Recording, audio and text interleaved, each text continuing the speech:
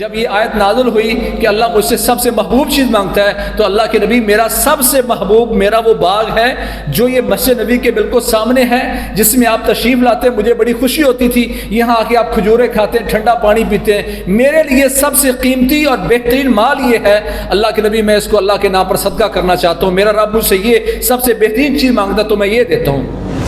ام سلیم کی زندگی پر ہمیں دروس سننے چاہیے اور خطبات سننے چاہیے، واللہ ہم حیران رہ جائیں، ایسی مثالی زندگی ان کی۔ فضیلت الشیخ مفتی عبداللطیف اسلامک اسکالر۔ خامد کی طرف اگر لوٹیں تو اس میں بھی دینداری ہر چیز پر مقدم ہے، اس پر انشاءاللہ ہم دلائل بھی بیان کریں گے اور اپنے اسلاف سے اس کی مثالیں بھی پیش کریں گے۔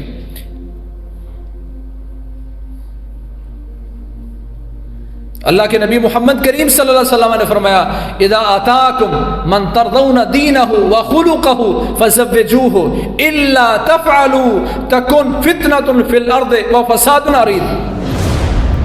حاجی صاحب ساری امت کو نصیحت کرتے ہو، جب اپنی باری آتی ہے تو تم بھول جاتے ہو کہ تمہاری زندگی کے معاملات کیا ہیں۔ اللہ کے نبی فرماتے ہیں جب تمہارے سامنے ایک ایسا رشتہ آ جائے، تمہارے سامنے کوئی بندہ پوچھنے آ جائے جس کا دین اور اخلاق آپ کو اچھا لگے، دین اور اخلاق، فزوجوہ، تم لازمی طور پر اپنی بیٹی کی شادی اس کے ساتھ کر دو۔ اذا آتاکم من ترضون دینہ وخلقہ، دین اور اخلاق اچھا ہے، نیک اور صالح ہے، اس کے ساتھ اپنی بیٹی کی شادی کر دو۔ الا تفعلوا تکن فتنۃ فی الارض وفساد عریض۔ ابن ماجہ کی حدیث ہے، اللہ کے نبی فرماتے ہیں اگر تم نے ایسا نہ کیا، اس کے دین کو ٹھکرا دیا، اس کے اخلاق کو ٹھکرا دیا، اس لیے کہ اس کے پاس اپنا ذاتی مکان نہیں ہے، رہائش نہیں ہے، میری بیٹی کو رکھے گا کہاں، پالے گا کہاں سے، اس کی روٹی روزی کیسے چلے گی، اگر اس وجہ سے تم نے اپنی بیٹی کا رشتہ دینے سے انکار کر دیا اس بندے کو جس کا دین اور اخلاق اچھا تھا، کہا پھر یاد رکھو تکن فتنۃ فی الارض وفساد عریض، تو زمین میں فتنہ، بہت زیادہ فتنہ پھیلے گا اور لمبا چوڑا فساد پھیلے گا۔ آج کروڑ پتی، ارب پتی، ان کی بیٹیاں اپنے سسرال میں یا طلاق شدہ ہو کے اپنے گھر میں واپس آئی بیٹھی ہیں، ان کے پیچھے آپ دیکھ لیں کہانی کیا ہوگی۔ انتخاب کرتے وقت، لڑکے کا انتخاب کرتے وقت کیسا انتخاب تھا، کیا جس چیز پر اسلام نے ہمیں توجہ دلائی تھی کیا ہم نے اس پر غور کیا؟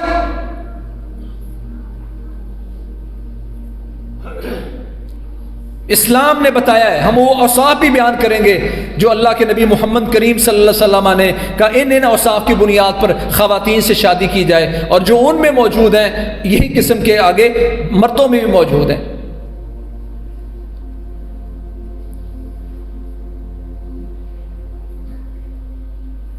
اللہ کے نبی فرماتے ہیں من السعادت المرأة الصالحہ، انسان کی نیک بختی یہ ہے، خوش بختی یہ ہے کہ اللہ کس کو نیک صالح بیوی دے دے، اور یہی مرد کے لیے ہے کہ عورت کی خوش قسمتی یہ ہے کہ اللہ کریم کسی کو نیک اور صالح خامد نصیب فرما دے۔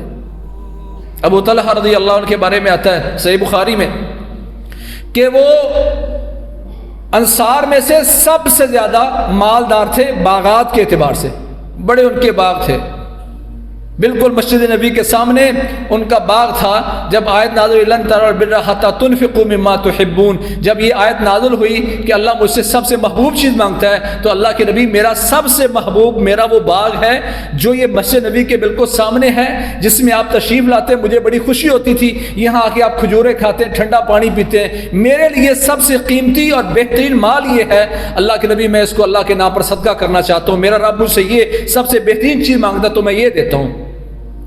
بڑے مالدار تھے، ابھی مسلمان نہیں ہوئے تھے۔ ام سلیم رضی اللہ تعالی عنہ، حضرت انس رضی اللہ تعالی عنہ کی والدہ محترمہ بیوہ ہو گئی۔ ابو طلحہ بھی انصاری ہیں، ام سلیم بھی انصاریہ ہیں، تو حضرت ام سلیم کو ابو طلحہ نے پیغام بھیجا جو کہ ابھی مسلمان نہیں ہوئے۔